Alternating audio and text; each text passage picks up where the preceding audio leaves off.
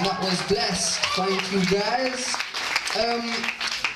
Now that list that we give you, it's a bit muddled, so would you like to tell me what the next one is, please? Sorry about that.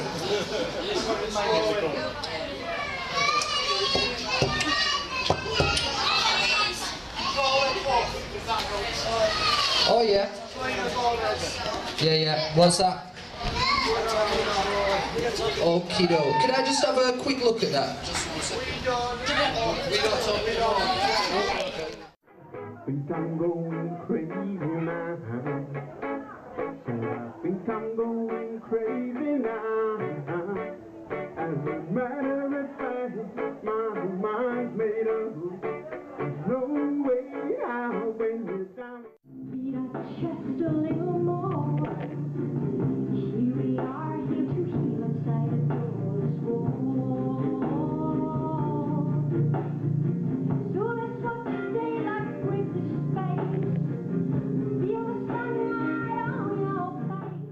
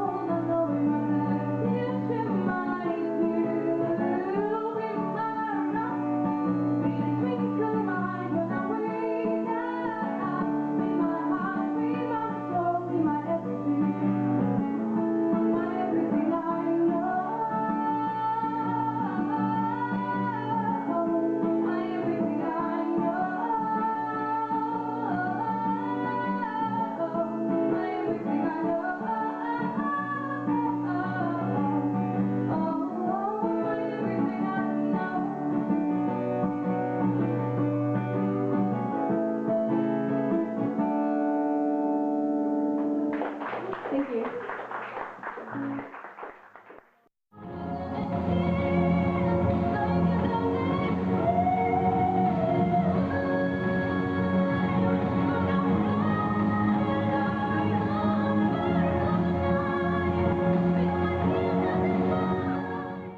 About time. Yeah, this next song is called Your Eyes.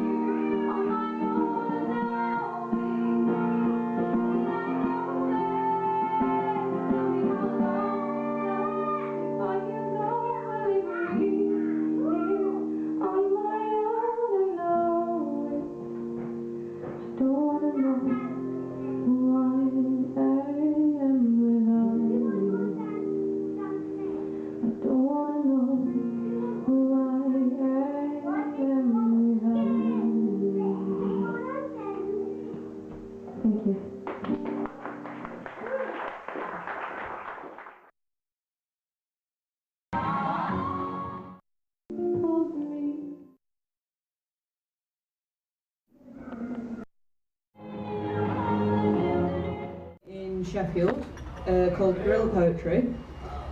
We usually meet on the third Monday of the month, which happens to be Monday coming up, i.e. next week, at the Three Cranes Hotel, which is actually a pub, starting from about 7ish. So yes, if you want more poems, I'll be there. So I'm going to read the things now.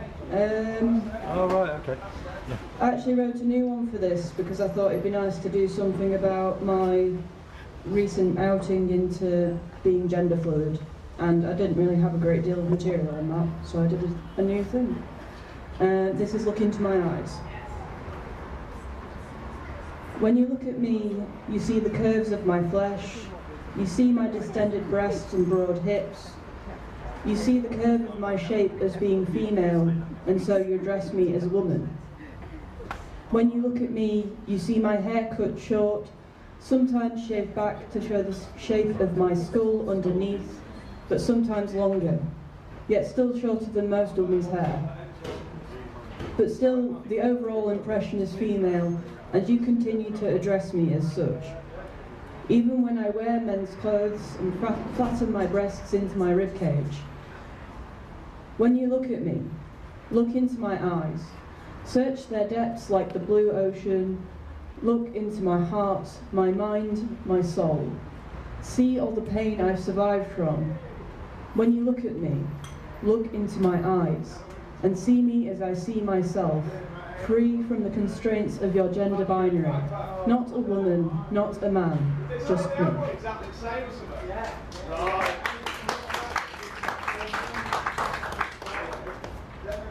Thank you. I'm going to do a slightly longer one. Most of my poems are quite short, but this one ended up being a bit more wordy. And it comes in 5 parts, and it's called Giving and Withholding. You were the first one I gave everything. You were the first one, I gave you everything. I gave you my whole heart, but you told me that you were too young to take it. For the next 10 years, I withheld a part of my heart from all others. It was for you, and you alone, until I offered it you once more. And when you gave it back, it was broken, crushed into 1,000 tiny pieces that ground into my flesh when you disappeared. 2. You were the long-distance love that would never last, except it lasted too long. I gave you 8 years of me, of my life, my love, my heart. I gave you my flesh and my fingers, but kept some small corners of myself for her, the others, and all who came and left. At the end of it all, I could give you no more. I had outgrown you and your childish ways, so I gave you your freedom. 3. You were my big foolish mistake of college life, where hormones run high and make you give more than you should. I gave you my lips and you used yours harshly, to stab me in the back with your invented tales of my sexual exploits. Soon I saw you giving some of your heart to him, and I felt more betrayed, so I ended our friendship and our twisted tryst. 4. You surprised me. You came like a bolt of lightning out of the clear blue sky, shining a light in my life when I had lost all hope. You have given me so much more than I ever thought I deserved, and allowed me to show the whole world my true self. I give you all my thoughts except the sharpest ones that fly across my flesh with stinging teeth, so you can keep my love. 5. You were the gin-soaked kiss in the darkest night that became something more than I could ever expect, but still you came. So I gave you the sound of raindrops on my window. I gave you my arms around your flesh for comfort in a long night stained red. I gave you my words here and my voice in the crowd, so you might hear me and know that it was for you. But this is just the beginning. Thank you.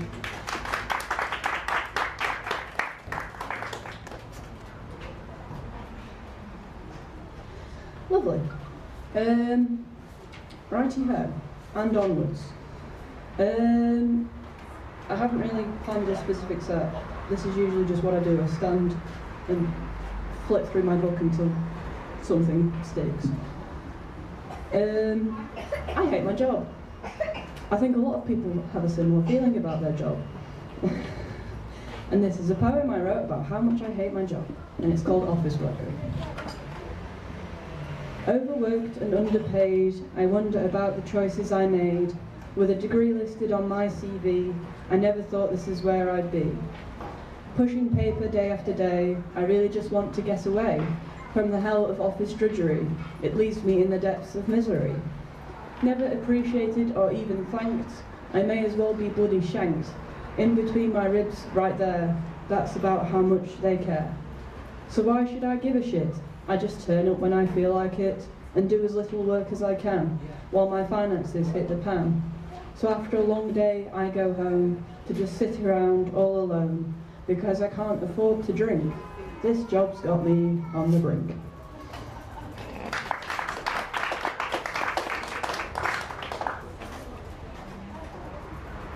Oh dear. Righty, well, we're on this page, so let's just go with this. This is one I wrote a few days ago, actually, and it's very new. I wrote it in mind of submitting it to a thing. Felt the need to sort of say this when I published it on my blog in case my mum got worried and messaged me and was like, "Is everything okay?" Yes, Mum, it's fine. Poetry is art. It doesn't mean everything's terrible, even though it is terrible. Anyway. Glossing over that, this is grey skies. Grey skies are looming and the world is obscured by the oppressive dull fog that descended in the night. 12 years ago I died, but still you see me here. You hear my footsteps echo as I walk these grey streets. I want to feel joy or pain. I long to feel something. My heart is a void and I am left a pit of numbness. I wait for the years to pass as they stretch out before my aching feet, but still I walk on, step by step. I am the darkness in which you fall, deeper down than you've ever fallen before, and now the crow calls out.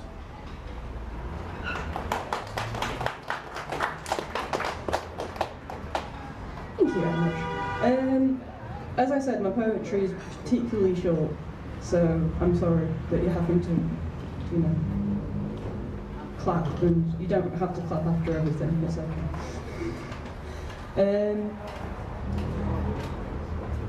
Yeah, this is one that I quite enjoyed writing actually. This is Don't Piss Off the Fairies. Don't piss off the fairies by being a bit of a dick, because you'll see their dark side pretty quick. Because these fairies have pretty sharp teeth, and seem happy on the surface, but underneath, these fairies are filled with hate, sick of all the things that bigoted fools say and everything the world brings. The fairies are tired of all the bullshit that you dish, so don't be surprised when they won't grant your wish. Can't you see they don't want to answer all your questions? So don't piss off the fairies and only ask for directions.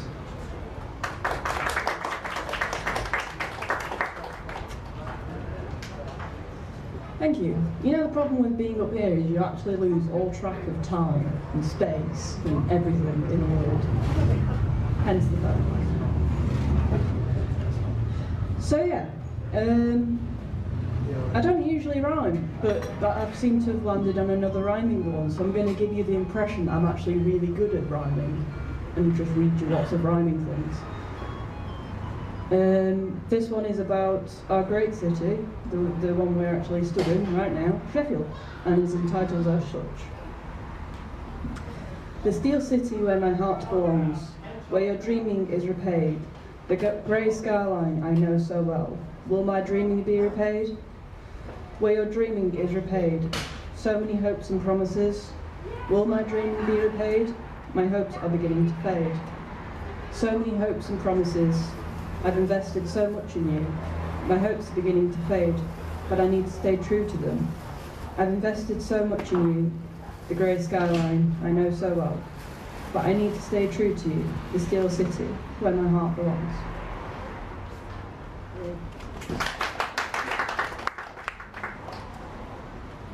I'm lost now. This is why I should have had a plan. I didn't have a plan.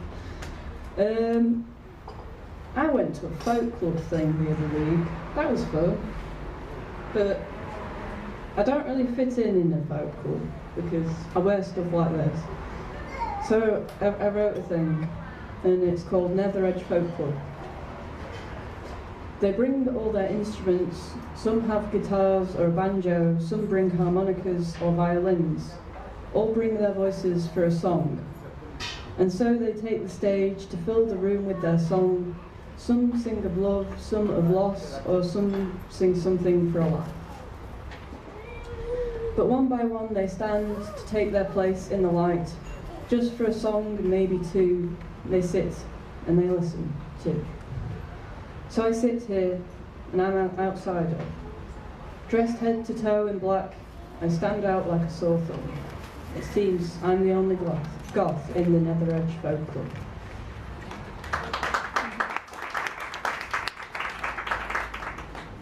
Terrible. Absolutely terrible. Right. Where is it? There we go. So, I like comic books. I'm a bit of a nerd. And I decided I was going to go to Comic-Con. And I decided I wanted to dress up as Harley Quinn because she was like my favourite comic book character ever. And so I was doing some research into this character because I sort of knew what she looked like but didn't really know what she was about. I'd never read any of the comics. So I did what everyone else probably does and just Wikipedia'd the things. And I found out that her relationship with the Joker, who's sort of, you know, she's madly in love with him, but it's a bit shit, and it's, you know, he's not a very nice chap. So I wrote this after I'd done all this research, because I sort of saw that this relationship was, you know, very harmful, and I felt like I wanted to just sort of say, you know, I'm dressing up as this person, but I also feel sorry for them. So this is a poem that I wrote, and it's entitled For Harley, and it comes with a content warning for domestic violence and other not very nice things. Maybe your exuberance is merely a cover to hide the sadness in your heart. Nobody likes a sad clown. Maybe the giant mallet you always carry isn't the Batman, but a last resort if the Joker tries to kill you off again. Maybe your fanatic love is because deep down you know he doesn't really care, and yet you still remain hopeful. Maybe you wear the makeup to cover up those new bruises that he gave you last week when he got angry at you again. Maybe those long sleeves on that infamous costume of yours are really to hide the scars that cover your left forearm. Maybe I'm overthinking it, becoming a little obsessed, but I can't shake the feeling that you're in some distress. I know you're just a character, a figment of someone else's imagination. But if you were real, maybe you'd read this and know that somebody loves you hard.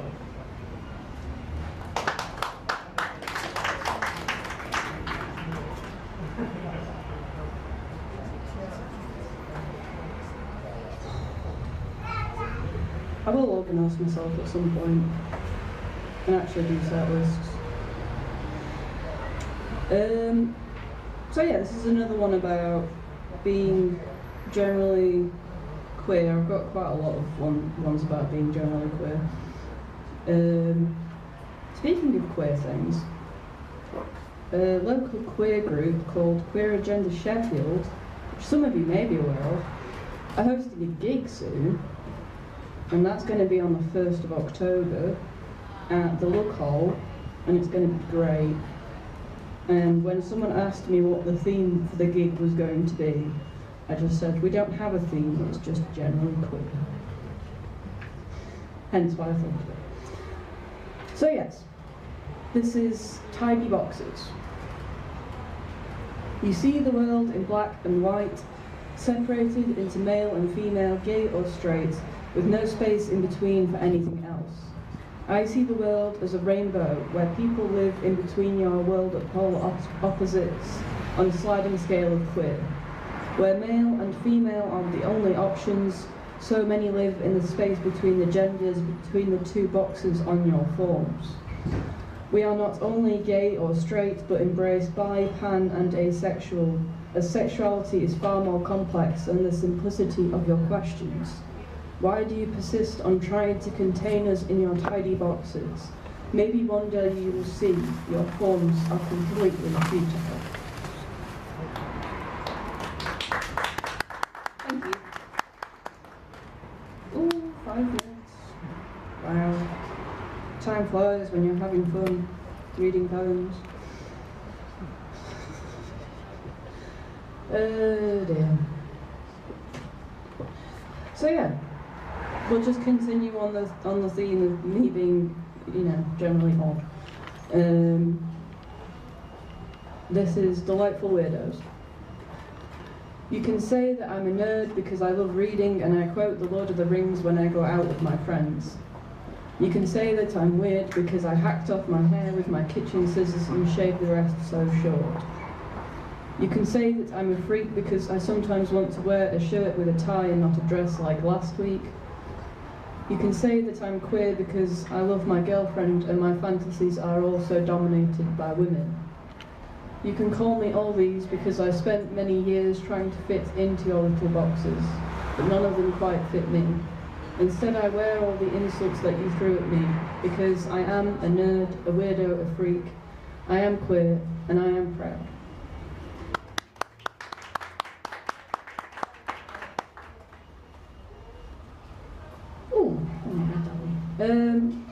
Right. I like Harry Potter. If any of you aren't into that, then that's what this is about. And I did this as a thing. I actually wrote this for Halloween, which is why there's Halloween references in the end of it. Anyway, this is Always. Another day drags by, so I just want to go back to the safety of your familiar pages where I first stepped all those years ago. Like a bright light in the darkness, you were always my solace through those hard times when reality was just too much to bear. Witches and wizards may seem so trivial to some, but to me it was much more than mystery and magic. It was about being accepted. All my life I'd felt so different, always on the outside looking in, excluded, because I wouldn't try to conform to their rules. Yes, I know it's all fantasy, just a story that someone invented on a train journey all those years ago. But to me, it still means something. So you can keep your pirates and pumpkins, your bats and reanimated bodies, your goblins and ghouls. I'll be at Hogwarts, always.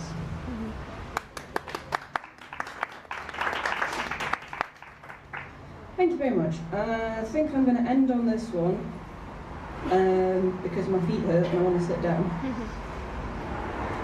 The problem with this coat is I have to wear high heels because it's too long. So then my feet hurt because I've worn stupid shoes. Goth problems. Being too short for your coat. Anyway, this is a 4-letter word.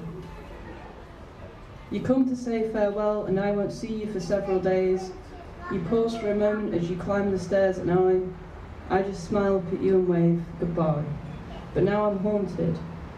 Haunted by this last moment where I should have said it. I should have told you how I felt because anything can happen and tomorrow will dawn and I might not get the chance again. Love is such a restricted word in this language of ours that it confines itself to romantic love and that meaning alone. Well, I want to tell my friends that I love them for their support and the joy and happiness they bring to my life. That's love. I want to tell my sister and my parents that I love them too, even though we're separated by miles of rolling green hills. And I want to tell you that I love you before you leave again, because my dear, life is short and I may not get the chance again. Thank you very much.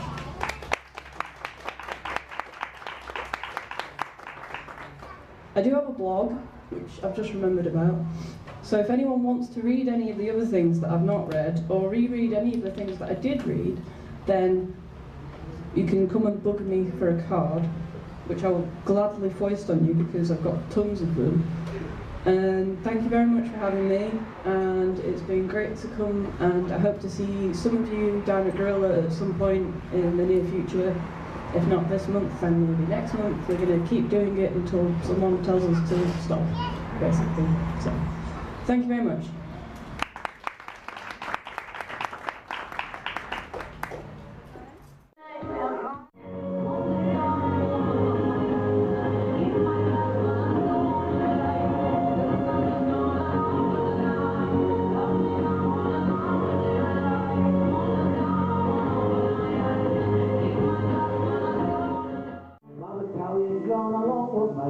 I'm longing for my home.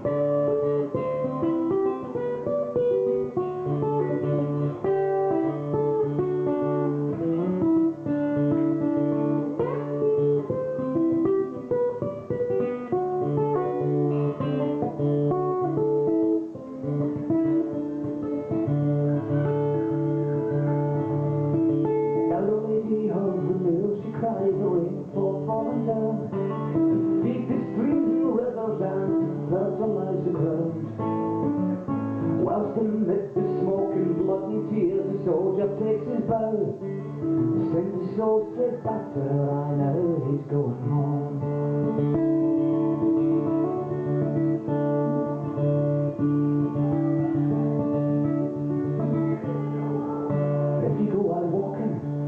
Valleys deep and green. Remember the tales I've told to you and the lights the lady seen. And if you hear some voices calling on the breeze, well, they are the songs of distant time and distilling through the trees. And they are the souls of soldier men, and now they're coming home. They are the souls of soldier men, and now they're coming home. They are the souls of soldier men, and now they're coming home.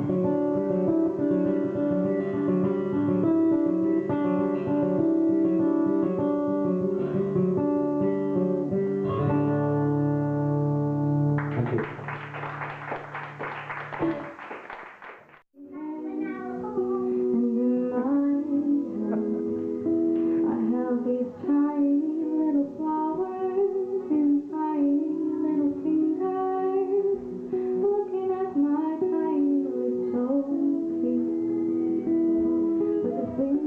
Started growing.